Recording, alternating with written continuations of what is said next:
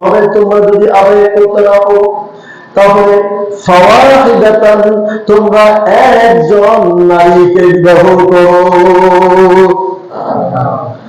এবারে আল্লাহ রাব্বুল আলামিন তার নবী আল্লাহ নবী সমস্ত উম্মতদেরকে, যুবকদেরকে উদ্ধৃত করে বলতে লাগলেন, ইয়া মাশারুশ শাবাব,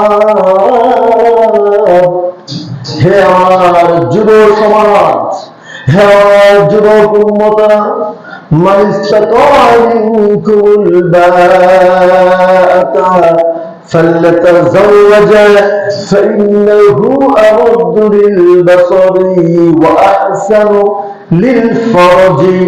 হে আমার যুব সমাজ, তোমাদের মধ্যে যারা ভরণ পোষণ দিতে সক্ষমতা অর্জন করো, যারা বিবাহ করার পরে তোমাদের স্ত্রীর ভরণ পোষণ দিতে পারবা, সংসার যারা চালাতে পারবা, তোমরা বিবাহ করে না।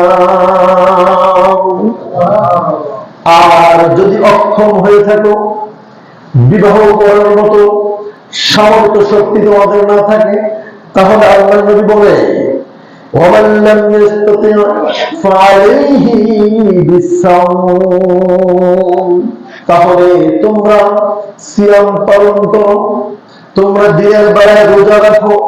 যদি সামর্থ্য বিবাহ করার মতো তোমাদের না থাকে, তাহলে তোমরা দিনের বেলায় সিয়াম পালন করলে এই বিবাহের ইচ্ছাটা তোমাদের কমে যাবে।